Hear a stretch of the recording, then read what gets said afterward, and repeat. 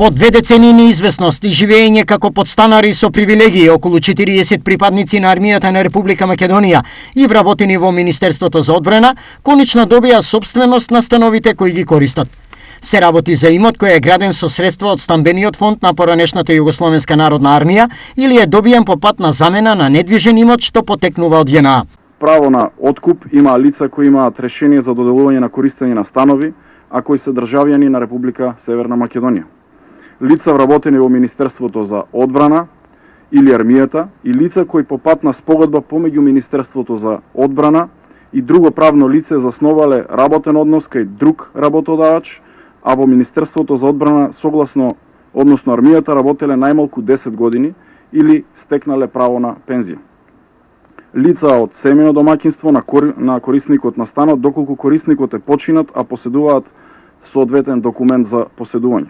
Со ова заврши големата стамбена неизвестност на 40 семејства во државата, од кои дел се во источниот регион. Одреден број на вработени во Министерството за одбрана и армијата, на кои им беа доделени предметните станови, поради објективни причини, немаа можност да го решат стамбеното прашање согласно законот од 2003 година.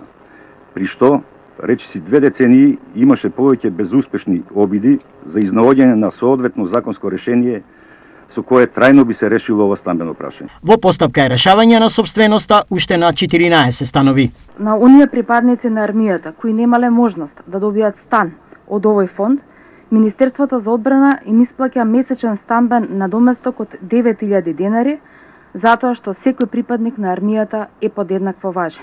Можноста за откуп на становите е резултат на донесените измени во Законот за служба, донесени минатата година.